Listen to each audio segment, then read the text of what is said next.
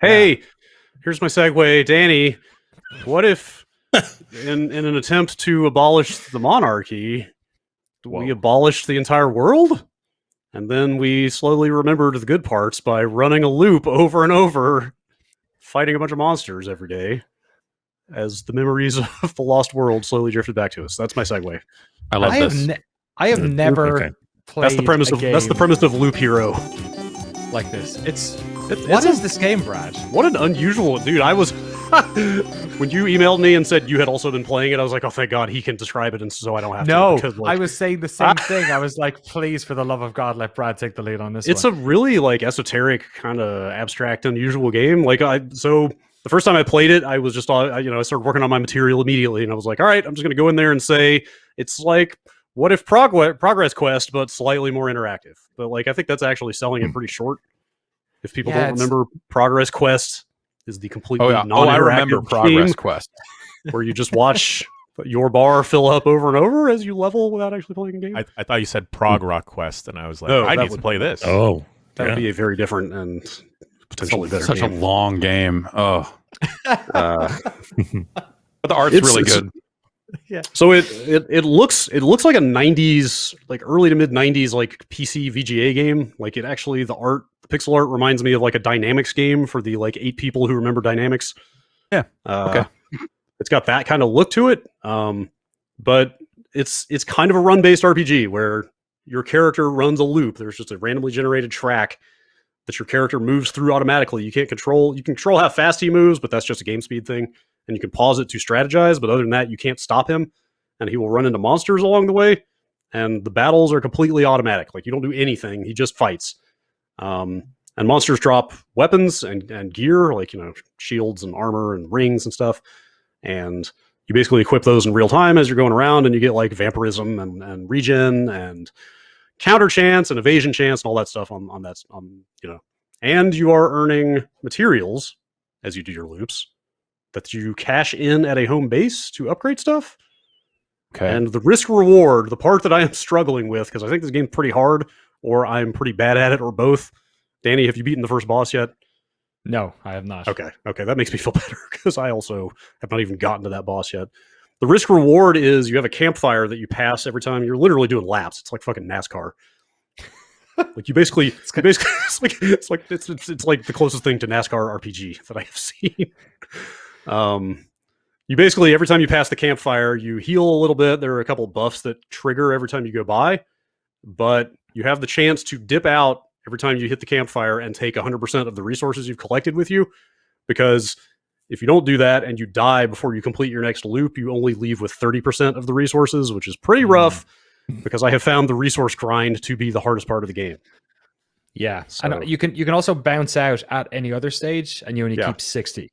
Right. So you can sort of pull the ripcord. Yes. If you see things going bad, you can take a smaller penalty and get out. But the upgrading in the base is so slow. Like I don't know if I'm missing something. Have you been building a lot of stuff there? Because every time I finish a loop, I get back there and I'm like, well, I still can't build any of these buildings. I don't know what these resources are that I'm missing, but they're not dropping. Yeah, it took me a while to figure out kind of, I think, the way those levels, like how you accrue more stuff in each level. Because the other sort of element of this game, on top of all what Brad talked about, is the cards, I guess we'll call them. So as you defeat enemies, as you pass through certain areas on your loop, you get doled out cards that you can then place on the loop map, as it were. Some of them are just like meadows, and it just creates like a little grass patch outside of it. I immediately messaged Matt Rory as soon as I started playing this game, and I was like, dude, this game has land cards in it. It's probably for you. Because he's a huge Magic guy. But yeah, like a bunch of the cards literally are like mountain and rock and meadow and swamp. Yeah, and then it's like some stuff generates, bases. Like you can generate enemies for yourself, right? So you generate like a spider thing, and that'll spit out spiders every 2 days, or a swamp, and that'll make, I think it's mosquitoes, or a vampire house, and it means vampires roll sometimes. I don't want that stuff to spawn. No. So I don't either. I'm not going to play a spider card. No, I don't either. So yeah, that was kind of my reaction too. And you actually build your deck before every run. You can like take cards out of contention. I don't know if this limit changes, but you can have up to 12 cards in your deck or less. So one run, I was just like, you know what? I'm going to take all the spiders and vampires and skeletons and shit out of this and just leave the good cards in. And my assumption is you're just not getting the resources you need because I assume those are tied to specific monsters. So like that turned out to be an easy but very uneventful run that I eventually just bailed on because I was like, nothing's happening here and I'm not getting anything. So yeah, it can take a while to like get stuff that way. So I've realized that like there's certain things like if you're up against vampires, they generally drop like better weapons, for instance, so you can take on more people. And then you're kind of trying to optimize your loop so that you are, not dying but also killing as many things as possible. But there's all of these other little sort of, I don't know what you call them, like strategies or meta games that are happening. Like each of the land tiles has its own sort of buff or impact on the game. So if you put rock tiles beside each other, they'll make your maximum HP go up. If you get a grid of 6 of them, did you do that? Did you pack any of them? It turns into a peak. Yes, and then that does stuff like it creates gargoyles, harpies, or maybe both. Yeah, like maybe harpies, both, actually. Harpies and gargoyles will start spawning on the map. Like you literally see a little like icon fly down from the peak and land on your track. And there's like a kind of a leapfrog effect. Yes, the treasury, you like build other cards around it and it gives you random items every time it's a weird system. Have you filled out all the grid around a treasury? If you fill out all 6, you get like a windfall of stuff. Oh, is that what does that? So you can even keep doing, I don't know if you've gone beyond that. Like you can kind of extend that indefinitely. Like every time you drop another one that is still touching that big mass around the treasury, you still get more items. There's like a whole weird meta game around how you place those cards. Yeah, so I feel like every time I play it, I like try something new or like read a description I'd like previously sort of not paid enough attention to, and I'm layering it, and then you're upgrading your base and stuff. But it is a bit like at the start, especially the first couple of runs I did, I was coming back with nothing. But the more like I think the curve on the amount of stuff you get, like when it starts getting higher, when you're in like, I don't know, loop 9 to, I think most loops I did was like maybe 16 or something, I forget. Then the risk reward really ramps up and you start like accruing more stuff, but you're like, oh, am I going to make it back to the base on time? There's like, a gargoyle and a vampire and, then random mobs start appearing, and then you start getting oblivion cards you can destroy tiles with if you want. So it becomes like the first loops are quite slow. And then by the time you've added in like, lights to make you go faster and these crystals to make the time of day go faster, like each loop on its own becomes more of a quest that like, oh, am I going to make it around one more time? You really start micromanaging your strategy at that point. Cause there's all these like AoE buff cards. And like you said, it's like this one makes you attack faster, but it also makes the monsters attack faster. This one makes fewer monsters spawn out of their tiles. And you're like literally like, okay, God, I've got 3 oblivion cards left. I can delete 3 monsters before I get to the campfire. Can I make it? I've got 100 HP left. Like it gets pretty tense. And then I think the only thing we haven't mentioned is there's a couple of meters filling up in the corner at all times. One of them is a time of day meter. So every time it fills up, that's another day ticking over, and you get like a little health buff every time. I think it spawns the monsters again. But yes, they're also monsters are also tied to like, these skeletons will spawn every 3 days and stuff like that.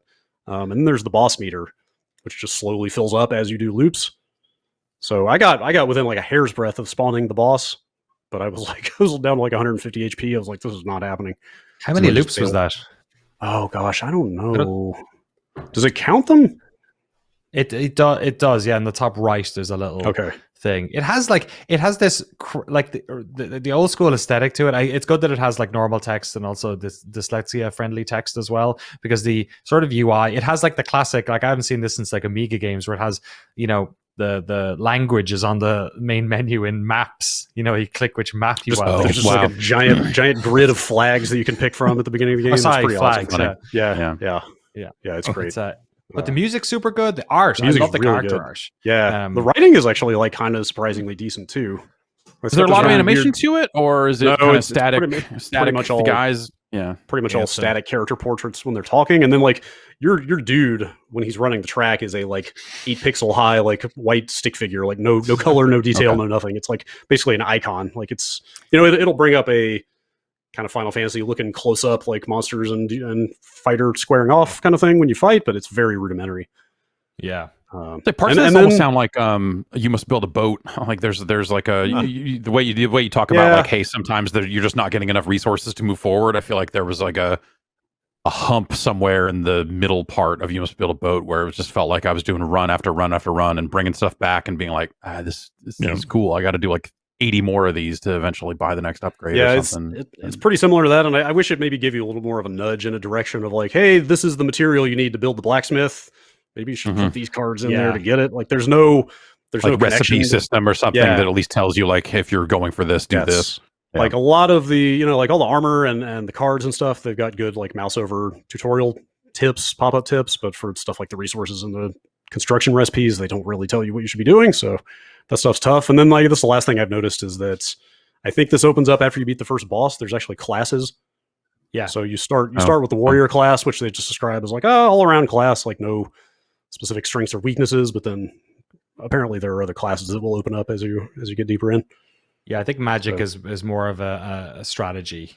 I think there's an alchemist or something because magic keeps coming up. I love that. There's like a lot of magic buff or magic damage buffs that I've seen that don't seem to do much right now. And the weapons, like the random nature of the drops is such a big part of it too. Because I had one where I was on like loop 7 and I still had like a one sword and I was like, what's going on? Like it was taking forever to kill anything. And then you have bad runs and you have good runs. And I think that's where it ends up being quite a lot of fun. But yeah, it like each run is kind of, a commitment and you can't just, I don't think you can save mid run. No, I learned the hard way that if you quit out in the middle of a run, you come back, it's just gone. maybe they give you the resource. I hoped it would save. Like I was like, I bet they'll just save it right where I am. And no, presumably all that progress is just gone if you quit out. I mean, you can bail, you can retreat to camp and keep 60% of your stuff, but you can't just resume that run by coming back to it later, which is a little bit restrictive. And it feels like, because you do need to put in like 15 minutes before it starts to, kind of reap rewards. Yeah. It's cool though. It's really neat. This is the team that did Please Don't Touch Anything. There's a VR version, Please Don't Touch Anything 3D. That was like like it's barely a game. You kind of just, it opens up and there's just a panel and you can push the button and blow up the world and then like, I found a screwdriver and now I can undo this and like find all these different ways to poke at it and interact. That thing was really cool. This is very different from that. It is cool. But it's kind of, the one gripe I think I have as well is what you said, Brad, which is the resource management stuff is a little bit obfuscated because the things that you're picking up, I think like you need 12 of something to create the one thing. Like it's not 1-to-1. Right. It's like the wording around that. Like it'll drop like pages and it's like, get 12 pages and it'll make a book or something like that. Right. Yeah. You pick up myths and stuff. Right. And I like the story side of it where it's like the world is, where nobody seems to know where the world is, but they know that the world was here and that it's gone. The intro is fantastic. A skeleton wizard man appears in the sky and just erases existence. And you are the only remaining person and there is no universe. And it's up to you to fight monsters to remember the world. And like the story stuff is mostly in it is, and it's very like mostly in the camp adventure metal. Yeah. Did you have any of the story stuff happen in the game though? Like when you meet the first harpy, for instance, like they're like, I don't want to make the world you want to make. I want your version of saving the world is different to me. And then it's like weirdly philosophical. Yeah, the harpy is just like I just want my young to feast on you so they can survive. Like, what do I care about your world? It's an unusual game. It's pretty cool, and it runs in a window. Like it's very easy to just like you can run it full screen, of course, but you can pop it into a window, and it's like kind of a decent like second monitor game. So how often do you have to interact with it then? Like if you're second monitoring it, is it something that like how it is still pretty demanding. Yeah, I was gonna say that's the thing. Like it's like you can't leave it without babysitting it for more than I tried, because when you first start out, it's like nothing but slimes. They're very sparse. It's like, that first few loops are whatever. I'll just let it go. And like I found that completely screwed me, because like if you're not actively equipping all the armor that's dropping and like planting cards to get more health and buffs and stuff, like you eat so much damage early on that you kind of can't recover from it. So it is pretty micromanagement heavy. One thing I appreciate about the way it doles out the inventory stuff is that if you accrue a lot of cards, and if you keep getting cards you don't want to play, they just keep stacking up, and then eventually I think they push the new ones off or something. Yes, it will push the old ones off because okay. I had a very rough experience this morning when I had like a bunch of Oblivion cards that I was saving to try to like save my last run, and all of a sudden a bunch of cards dropped and they all just got scrolled off, and I was like, well, fuck me, and I just died instantly. So And yeah, the same is and true of the gear. equipment, Yes, is it? gear is the same way. You've got, what is it, like 12 slots in your inventory, and old gear will just get shoved out of existence. It turns into building resources, so it's not a total wash. Oh, that's cool. But if you don't equip it, it's gone after a short time. So yeah, by the end you're getting like, rings and swords. You'll get like 4 of shields that are lower than the shield you have, so you just ignore them and they all pile up. It's cool. I feel like it's a game that gives you a lot of options. Like there's lots of strategies during it, and also I was worried that it would be a game where 20 minutes in you have a certain strategy and then you sort of cornered yourself. But there is, like with the Oblivion cards and with like, I think especially now that I'm holding on to more cards and not just playing them all the time, which I definitely was at the start. You can still sort of change your strategy mid game a bit. I'm not sure how viable that is when you're trying to run to the boss, but it's cool. You kind of don't want, like, it's not at the end of a run or at the end of a loop when you're deciding to bail. It's not like you're, oh, thank God I get to go back and bring all this stuff back. It's always like, oh, just one more loop. Like it's got that one more game-itis feel of like, no, I think I can make it, because you're getting so much stuff in those later loops. It's cool. Like the loop of the game itself is very fun. Totally. And like the nature of the stuff you're getting is very different run to run. Like I had a run where I just kept getting health regen stuff, and I was at like 8 HP per second health regen, so my health was just constantly going back up. Wow. And I was like, I'm just going to ride this out, that one was very different from other runs where I didn't get any of that stuff, So yeah, that's cool. It's cool. That sounds awesome. It's like some of the early talk about like it. Yeah. Some of the earlier talk about it made it sound a little more deck building than this makes it sound like. So you just build your deck at the beginning of the run and then kind of forget about it. But even that's like, hey, here's possible stuff that might drop when you win a fight, right? It's not even necessarily okay. Yeah, that's cool. I do not like card games like that. I've never, and this is so light in that respect that it's never gotten in the way for me. It's just one part of the game. I'm really looking forward to beating the first boss and seeing how it opens up with other classes and stuff. It's pretty cool. $15, like there's a lot there, I think, for the price. Is it just Only PC? on Steam? Yeah. Yes, just PC right now. It's Square Enix's indie label, I think. Is it Devolver? I think. I thought it was a Devolver game. Oh, is it Devolver? Yeah. Oh, I'm thinking of the other game I'm going to talk about. Sorry.